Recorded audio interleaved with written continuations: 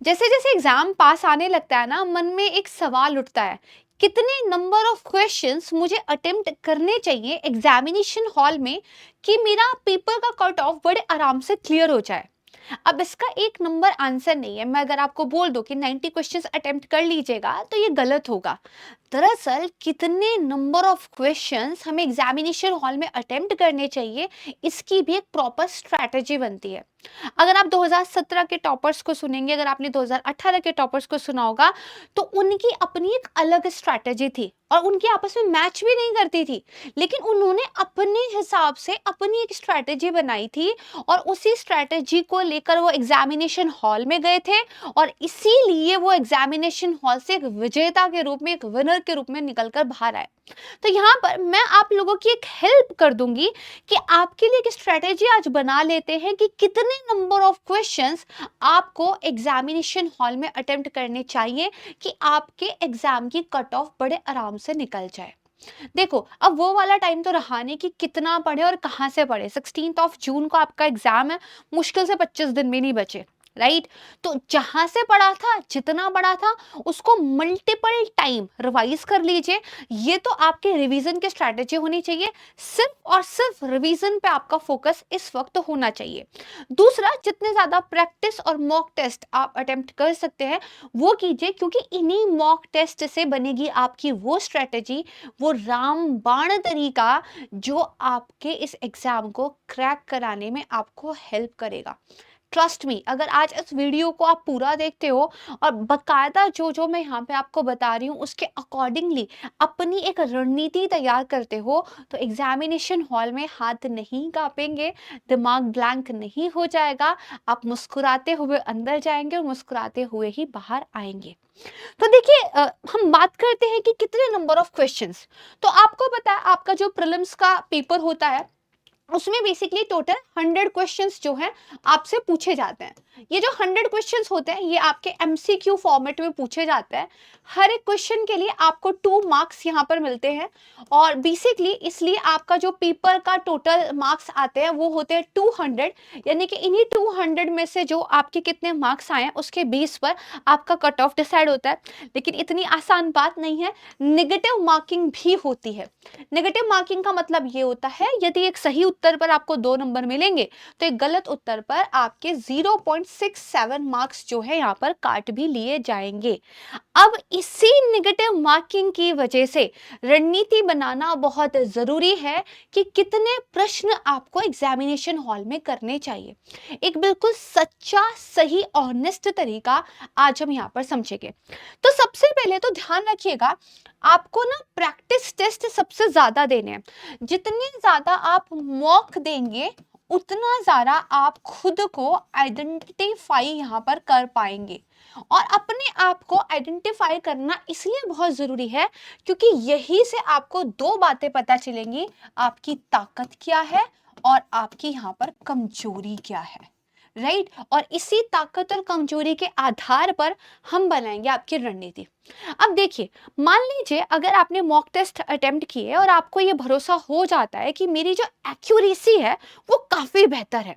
मतलब कि अगर मैं 100 क्वेश्चन के पेपर में से अगर 90 क्वेश्चन अटेम्प्ट कर लेता हूं या कर लेती हूं तो मेरे 90 में से 70 क्वेश्चंस तो बड़े प्यार से ठीक हो जाते हैं। इसमें कोई दिक्कत की बात है ही नहीं। मतलब आपकी हाई एक्यूरेसी है, आपकी जो प्रिपरेशन है वो स्ट्रांग है, बेसिक्स पर पकड़ आपकी अच्छी है, करंट अफेयर आपने बढ़िया तैयार किया हुआ है और आपके कहीं ना कहीं पे दिमाग में इस तरीके से क्वेश्चन सॉल्व करने का एक सेट हो गया है मामला कि जब आप क्वेश्चन सॉल्व करते हो जनरली ठीक हो जाता है, आपकी एक्यूरेसी यहाँ पर हाई है। लेकिन दूसरा केस भी हो सकता है कि डर लगता है, कितना भी पढ़ लें, कितना भी रिवाइज कर लें, लेकिन यहाँ पे एक्यूरेसी बड़ी कम है। जिन क्वेश्चन को लेकर 4 बार में दावा कर सकता हूँ या कर सकती हूँ ये तो ठीक होगा ही, बस वही ठीक होता है, बाकी गलत हो जाता है। तो मतलब मेरी एक्यूरेसी यहाँ पे कम है। अब देखो, जिनकी एक्यूरेसी ज्यादा है इसका मतलब उनको निगेटिव मार्किंग का डर कम है। जिनको निगेटिव मार्किंग का डर कम है मतलब नंबर ऑफ क्वेश्चन ज्यादा अटेम्प्ट कर सकते हैं, रिस्क थोड़ा ज्यादा ले सकते हैं। जिनकी एक्यूरेसी कम है ना उनको सेफ प्ले करना पड़ता है। अगर आपको लगता है कि यार मेरे को तो लगता था बिल्कुल ठीक होना चाहिए आंसर, फिर भी गलत हो गया, हर बार गलत हो जाता है, इसका मतलब आपकी एक्यूरेसी कम है। मतलब आपको बहुत सेफ प्ले करना पड़ेगा, मिनिमम रिस्क आपको लेना पड़ेगा। अब इन्हीं दो बातों से आपकी ताकत क्या है, आपकी कमजोरी क्या है, एक स्ट्रैटेजी निकालते हैं एग्जाम की हेल्प से। मतलब एक एग्जाम्पल ले लेते हैं, ठीक है, एक एग्जाम का सिनारियो लेते हैं। फॉर एग्जाम्पल कोई पर्सन ए है, राइट, और वो जो है एग्जाम में बेसिकली अपनी जो एक्यूरेसी है समझ चुके हैं कि मेरी 70 to 80% की जो है यहाँ पे एक्यूरेसी रहती है। कैसा भी टेस्ट दे दो, कैसा भी पेपर दे दो, जितने भी मैंने मॉक टेस्ट दिए, मेरी 70 to 80% की एक्यूरेसी तो यहाँ पर रहती है। तो इसलिए वो क्या करते हैं, वो बेसिकली यहाँ पे जो नंबर ऑफ क्वेश्चन अटेम्प्ट करते हैं वो 90 कर लेते हैं। यानी कि उन्होंने क्या किया, लगभग 90 क्वेश्चन जो है एग्जामिनेशन हॉल में अटेम्प्ट किए, केवल वही 10 छोड़े जिनके बारे में कुछ भी नहीं पता था। अब 90% क्वेश्चन अगर उन्होंने अटेम्प्ट किए और मान लीजिए 80% की एक्यूरेसी है, तो यहाँ पे साफ साफ पता चलता है उनके 72 क्वेश्चंस तो हो जाएंगे राइट, है ना, 72 क्वेश्चंस यहाँ पे हो जाएंगे राइट। और एक बात मानकर चलनी पड़ेगी कि लगभग 18 सवाल ऐसे हैं जो यहाँ पर रॉन्ग क्वेश्चन होंगे। ठीक है जी। अब राइट क्वेश्चन में आपको क्या मिलेंगे, 2 मार्क्स मिलेंगे, यानी कि आपका स्कोर कितना आ जाएगा, 72 को मल्टीप्लाई कर दीजिए 144, और यहाँ पे जो आपके 18 बेसिकली रॉन्ग हुए, इसको 0.67 से जब आप मल्टीप्लाई करोगे, लगभग 12 नंबर जो है आपके नेगेटिव मार्किंग में चले जाएंगे। अब 144 में से 12 नंबर आपके कट कर दीजिए क्योंकि वो आपकी हो गई पेनल्टी। तो मतलब आप मान के चलिए आपका 131 मार्क्स का कोर्स जो है यहाँ पे एक स्कोर जो है बन गया है। अब इतने ज्यादा नंबर अगर प्रीलिम्स में आ रहे हैं, फिर डर किस बात का, फिर तो मेंस की तैयारी में नगाड़ों के साथ जो है जुड़ जाइए, राइट। 131 मार्क्स, लेकिन ये 131 मार्क्स कब है, जब आपने 90 क्वेश्चन अटेम्प्ट किए थे with the high accuracy, right. तब जाके अगर आपके 18 सवाल गलत हो भी गए हों, तब भी आपको एक इतना अच्छा स्कोर, इतना बफर वाला स्कोर मिलता है, कितनी भी हाई कट ऑफ चली जाए प्रीलिम्स की, आपका प्रीलिम्स तो यहाँ पे डेफिनेटली हो जाएगा। और आपको पता है प्रीलिम्स की कट ऑफ लगातार कम होते जा रही है। लेकिन भाई यार, जब बच्चे की एक्यूरेसी इतनी ज्यादा ऑलरेडी है, फिर उसको डर किस बात का, राइट। बात करनी होगी उन बच्चों की जिनकी एक्यूरेसी यहाँ पर कम है। फॉर एग्जाम्पल आपकी जो एक्यूरेसी है वो लगभग 60-70% की रहती है, ठीक है। तो आपको थोड़ा डर लगता है, मतलब मेरी 60-70% की एक्यूरेसी है, कितना भी पेपर में पढ़ लूँ 50% क्वेश्चन डेफिनेटली ठीक होता है, उसके ऊपर कुछ 10-15 क्वेश्चन और ठीक हो जाते हैं, उसके ऊपर नहीं ठीक होते, चाहे कितना रिवीजन कर लो। अब 60-70% की अगर एक्यूरेसी है, तो यहाँ पे मान लीजिए आप क्या करते हैं, आप सिर्फ 75 क्वेश्चंस ही अटेम्प्ट करते हैं। पिछले वाले केस में कितने हुए थे, 90 हुए थे। इस वाले केस में कम कर दिए, 75 कर दिए, सिर्फ 75 क्वेश्चन जो है यहाँ पर कर दिए। अब मान लीजिए अगर आपने 75 क्वेश्चन अटेम्प्ट यहाँ पर किए हैं और आपकी कुछ 70% की जो है यहाँ पे एक्यूरेसी रहती है, तो आप मान के चलिए 52.5 इतने क्वेश्चंस तो जो है वो आपके राइट हो जाएंगे, राइट। और लगभग 22.5 जो है वो आपके यहाँ पे क्वेश्चंस रॉन्ग हो जाएंगे, राइट। काफी भाई क्वेश्चंस गलत हुए क्योंकि आपकी क्या है, एक्यूरेसी यहाँ पे कम है। अब मार्क्स निकाल लेते हैं, तो एक तरफ आपके 105 नंबर निकल कर आ रहे हैं, एक तरफ आपके लगभग 15 नंबर जो है वो पेनल्टी में जा रहे हैं। 105 नंबर टोटल बने लेकिन गलत भी किए, तो 15 नंबर चले गए पेनल्टी में। आपका ओवरऑल स्कोर कितना बना, लगभग 89 मार्क्स का ओवरऑल स्कोर बना, राइट। तो अब ये जो 89 स्कोर बन रहा है, इससे भी कट ऑफ क्लियर हो जा रही है, कोई टेंशन की बात नहीं है। जिस हिसाब से यूपीएससी प्रीलिम्स के कट ऑफ आ रहे हैं, 89 is also good score, right. मतलब 90 के हेर फेर में अगर आप हो तो नैया पार हो जाएगी। लेकिन आप सोच रहे हो यहाँ पर नंबर ऑफ क्वेश्चंस अटेम्प्ट करने में कितना डिफरेंस था, एक बच्चे ने 90 किए, एक ने 75 किए, कट ऑफ दोनों की क्लियर हो रही है। दैट मीन्स डिसाइड ये नहीं करता कि कितने नंबर ऑफ क्वेश्चन आपको अटेम्प्ट करने हैं, डिसाइड ये करता है कि आपकी एक्यूरेसी का लेवल क्या है।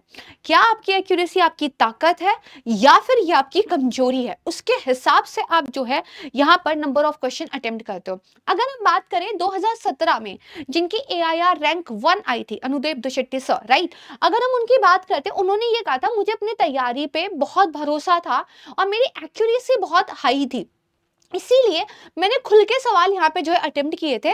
मतलब जितने ज्यादा मैक्सिमम पॉसिबल क्वेश्चन हो सकते थे, मैंने उतने क्वेश्चन यहाँ पे अटेम्प्ट किए थे। लेकिन वही दूसरा केस अगर हम देखें तो दूसरा हमारा केस आता है कनिष्क कटारिया जी का। उनका 2018 का यूपीएससी का एग्जाम, राइट। उन्होंने यहाँ पे क्या बोला था कि मेरे नेगेटिव मार्किंग में क्वेश्चन जाते थे, I have this fear of negative marking, इसलिए मुझे पता था मुझे रिस्क बहुत ज्यादा नहीं लेना है, सेफ प्ले करना है। मैंने यहाँ पे less number of question attempt किए थे, और आपको पता है ये दोनों आपके क्या है, टॉपर्स है, राइट। तो ये आपको ध्यान रखना है। तो अब कितने नंबर ऑफ क्वेश्चन अटेम्प्ट करने हैं, ये आपको आपके मॉक टेस्ट की प्रैक्टिस के बाद आपके आए हुए स्कोर बताएंगे। यानी कि आपका कहीं ना कहीं पे ये 70 से लेकर 90 के बीच की एक जो रेंज होती है ना, इसमें बेसिकली मामला होना चाहिए। बहुत हद से ज्यादा टफ पेपर आ जाता है तो बिलो 70 भी क्वेश्चन अटेम्प्ट होते हैं, बट उसमें आपकी एक्यूरेसी इतनी सही रहती है, आपने ज्यादा नेगेटिव मार्किंग वाले क्वेश्चन अटेम्प्ट नहीं किए होते हैं, कि वहां पर भी आपकी कट ऑफ हो जाती है क्लियर बड़े आराम से। अब एग्जामिनेशन हॉल में करना क्या है, ठीक है, ये तो एक मैं घर से डिसाइड करके गई कि मुझे नंबर ऑफ क्वेश्चंस कितने अटेम्प्ट करने हैं, राइट। इसके अलावा पेपर का नेचर कैसा है, पेपर थोड़ा सा ज्यादा अनप्रिडिक्टेबल है, या फिर जो मेरा पेपर है वो थोड़ा सा मुझे ऐसा लग रहा है कि भाई मेरी रीच के अंदर है, तो उसके हिसाब से मैंने देख लिया मुझे कितना सेफ प्ले करना है, कितना रिस्क लेना है। लेकिन जब मुझे यहाँ पर क्वेश्चन पेपर हाथ में मिल गया और अब इसको मुझे सॉल्व करना है, तो भी एक स्ट्रेटेजी यहाँ पे फॉलो होती है। टीना दाबी को मैं यहाँ पे कोट कर रही हूँ, उन्होंने बेसिकली बोला था कि मैं अपने प्रीलिम्स को 3 तरीके से बेसिकली जो है सॉल्व करने की एक प्रैक्टिस इतनी ज्यादा कर चुकी थी कि जब एक्चुअल पेपर आया मैंने उसी तरीके से वहां पे पेपर को सॉल्व किया। उनका कहना यह है कि 3 लेवल आपके पेपर में होते हैं। लेवल 1 में आप बेसिकली फटाफट पेपर को स्कैन करते हैं और जो मोस्ट इजी क्वेश्चंस होते हैं, जो आपके थ्योरी से आए होते हैं, एनसीईआरटी से आए होते हैं, बेसिक से आए होते हैं, मतलब कि जो आपके बहुत ही लो हैंगिंग फ्रूट्स हैं, उनको यहाँ पे अटेम्प्ट करो। देन वो कहते हैं इतना करने के बाद लेवल 2 पे जाओ। लेवल 2 पर जिन क्वेश्चंस में आपको 50-50 का बेसिकली डाउट रहता है कि मेरे 2 ऑप्शंस एलिमिनेट हो गए, 2 में से एक आंसर है, समझ नहीं आ रहा है, फिर उनको यहाँ पे एलिमिनेट करना होता है। एक इंटेलिजेंट गैस आपको यहाँ पे चाहिए होता है। लेवल 2 के बाद आप बेसिकली चेक करो टोटल नंबर ऑफ क्वेश्चंस आपके हुए कितने हैं। अगर ये एक सही तरीके से कट ऑफ के लेवल को पार करा दे रहा है, देन तो दैट्स इट। लेकिन अभी लेवल 3 बाकी है। लेवल 3 में आप उन क्वेश्चंस की बात करते हैं जिनमें एटलीस्ट 1 स्टेटमेंट को आप एलिमिनेट कर पा रहे हो, कम से कम एक ऑप्शन ऐसा है जिसको आप बिल्कुल कॉन्फिडेंस के साथ जो है एलिमिनेट कर सकते हो। अब इनमें से आप देखिए कि क्या और 2-4 क्वेश्चन आप एक्स्ट्रा अटेम्प्ट कर सकते हो, कुछ नंबर यहां से खींच सकते हो, एंड दैट्स इट। लेकिन ये इतना आसान नहीं है जितने आराम से बोल दिया। जब तक इसके आप घर पर बहुत प्रैक्टिस नहीं करोगे ना लेवल 1, 2 एंड 3 की, तब तक आपका रियल एग्जामिनेशन हॉल में इतना टाइम ही नहीं बचेगा कि आप अपने पेपर को 3 बार पढ़ते हुए जाओ। अब ये भी करने का एक तरीका होता है। जब सबसे पहले क्वेश्चन पेपर हाथ में आया तो आपने क्या किया, क्वेश्चंस को देखना स्टार्ट किया एंड सॉल्व करना स्टार्ट किया। यहीं पे मार्क करते चले जाओ कि ये मेरा क्वेश्चन जो है डन हो जाएगा, डबल मार्क। एक क्वेश्चन क्या है, मेरे को लग रहा है कि इसमें से मेरा ये वाला ऑप्शन तो एलिमिनेट हो गया, ये भी एलिमिनेट हो गया, 2 बच रहे हैं, ये मेरे लेवल 2 में आएगा, सिंगल मार्क। और जो क्वेश्चन आपको लगता है कि कम से कम एक ऑप्शन मेरा ठीक हो पा रहा है, सर्कल कर दीजिए। और जिसको देख के लगता है इसके बारे में कुछ भी नहीं पता है, एक वर्ड भी नहीं पता है, कोई गैस भी नहीं लग पा रहा है, उस पर सीधे सीधे क्रॉस। वहां पे टाइम वेस्ट नहीं करना है। और ये प्रैक्टिस कि आपको कौन से मार्क से, कौन से सिंबल से, कौन से क्वेश्चन को रिप्रेजेंट करना है, आपको जो लेवल 3 के लिए टाइम चाहिए, तो स्पीड जो है आपकी होनी चाहिए, सॉल्व करने के लिए जो हाई कंसंट्रेशन चाहिए, पेपर की लैंग्वेज को फटाक से अंडरस्टैंड करना चाहिए, ये आपको आएगा जब आप मॉक टेस्ट की बिल्कुल इसी तरीके से घर पे प्रैक्टिस करोगे। That's why mock test are important. Mock test score के लिए इंपॉर्टेंट नहीं होते हैं, क्योंकि वो यूपीएससी के एग्जाम को रिप्रेजेंट बस करते हैं, यूपीएससी का एग्जाम नहीं है। तो 70 नंबर आ रहे हैं या 120 नंबर आ रहे हैं, don't worry about it. Mock test का काम होता है आपको एक्चुअल एग्जामिनेशन हॉल में बैठ के एक्चुअल पेपर जब सॉल्व करना है, तो उसको लेकर आपकी जो एक रणनीति होनी चाहिए वो इन मॉक टेस्ट के बेस पर सॉल्व हो जानी चाहिए। तो एक ही बार की बात है, जान लगा दीजिए, नहीं तो जाने दीजिए। और जाने मत दीजिए, क्योंकि अगर जान लगा दिए एक बार तो ज़िंदगी बन जाएगी और इतनी ज़बरदस्त बन जाएगी कि फिर आप अपने आप को थैंक यू बोलेंगे कि अगर उस दिन आपने गिव अप कर दिया होता तो आप यहाँ पर नहीं होते। तो गिव अप नहीं करना है। देयर आर सर्टेन वेज जिनकी मदद से आप जो है पेपर को क्रैक कर सकते हो। बस चाहिए तो क्या, डिटर्मिनेशन चाहिए। और इस टाइम पर मल्टीपल रिवीजन अपने स्टैटिक के कर लीजिए, मल्टीपल रिवीजन अपने करंट के कर लीजिए, जितने ज़्यादा मॉक टेस्ट प्रैक्टिस करते हैं वो कर लीजिए और अपनी एक स्ट्रैटेजी बनाइए कि आपको कितने नंबर ऑफ क्वेश्चन अटेम्प्ट करने हैं, आपका एक्यूरेसी का लेवल कितना है, और 3 अटेम्प्ट में पेपर सॉल्व करने की प्रैक्टिस। आपको पता है जो प्रदीप सर है जिनका बेसिकली AIR रैंक 1 आया था, अगर आप बात करें 2019 के वो टॉपर रहे हैं, उनका ये कहना था कि जब मैं तैयारी कर रहा था तो इस पेपर से पहले आई रियलाइज्ड कि पेपर का पैटर्न बदल चुका है, तो मुझे अपनी स्ट्रैटेजी में भी चेंज करना पड़ेगा। और उन्होंने कहा मैंने मोर फोकस किया करंट अफेयर्स पर और करंट अफेयर्स को लेकर स्टैटिक पढ़ने पर। तो उन्होंने अपने पैटर्न को बदलते हुए देखकर स्ट्रैटेजी चेंज कर दी। अब अगर मैं आपको एक सलाह दूं कि यूपीएससी का जो पैटर्न बदल रहा है तो आपको क्या करना चाहिए, स्टैटिक को घोल के पी जाइए, no doubt about it. Current affair जितना आपके हाथ में है उतने को अच्छे से तैयार कर लीजिए, बाकी के बारे में चिंता नहीं करनी है, पेपर आना होगा वहीं से आ जाएगा। और तीसरा, यूपीएससी की आंसर की को देखते हुए ये ध्यान रखिएगा कि जितनी मल्टीपल रीडिंग करेंगे उतना ज्यादा एक्यूरेट आंसर के करीब पहुंचेंगे, क्योंकि वो आंसर की बहुत ही अलग तरीके की दे रहे हैं। तो उसके लिए जरूरी है मैक्सिमम एक्यूरेसी के साथ पढ़ाई कीजिए, ऑथेंटिक सोर्स से पढ़िए और एनसीईआरटीज को अच्छे से प्रिपेयर कीजिए, स्टैंडर्ड बुक से पढ़ाई कीजिए, स्टैंडर्ड नोट से पढ़ाई कीजिए, रिलायबल सोर्सेज से लेक्चर देखिए, ताकि आपको कुछ भी गलत इंफॉर्मेशन ना मिले जो एक एक क्वेश्चन में एक बहुत इंपॉर्टेंट रोल प्ले कर सकती है। और आज से अभी से 3 लेवल में अपने एग्जाम को सॉल्व करने की प्रैक्टिस करना स्टार्ट कर दीजिए। इसीलिए एक ही बार की बात है, एक ही बार की मेहनत है, और उसके बाद वो दिन दूर नहीं है जब आपका जो सपना है वो सपना आपका यहाँ पे पूरा हो जाएगा। इतने प्रश्न बस अटेम्प्ट कर लीजिएगा, एक ही टाइम की मेहनत है, you will achieve your dream, trust me, that's it. Thank you so much everyone. आपके जो इस तरह के क्वेश्चंस आ रहे हैं स्ट्रैटेजी को लेकर, इनको हम धीरे धीरे इसी तरह के वीडियोस लाके एड्रेस करते रहेंगे। प्लीज मुझे कमेंट सेक्शन में बताइएगा क्या इस तरह के वीडियोस आपको हेल्प कर रहे हैं, सो दैट हम आपके लिए इस तरह के और सेशंस को प्लान कर सके। अगर आप अपनी एग्जाम की तैयारी को लेकर कुछ भी पूछना चाहते हैं, कॉमेंट सेक्शन में ड्रॉप कर दीजिए, हम उन्हीं क्वेश्चंस को पिक कर इसी तरह के स्ट्रैटेजी सेशंस आपके लिए बनाते रहेंगे।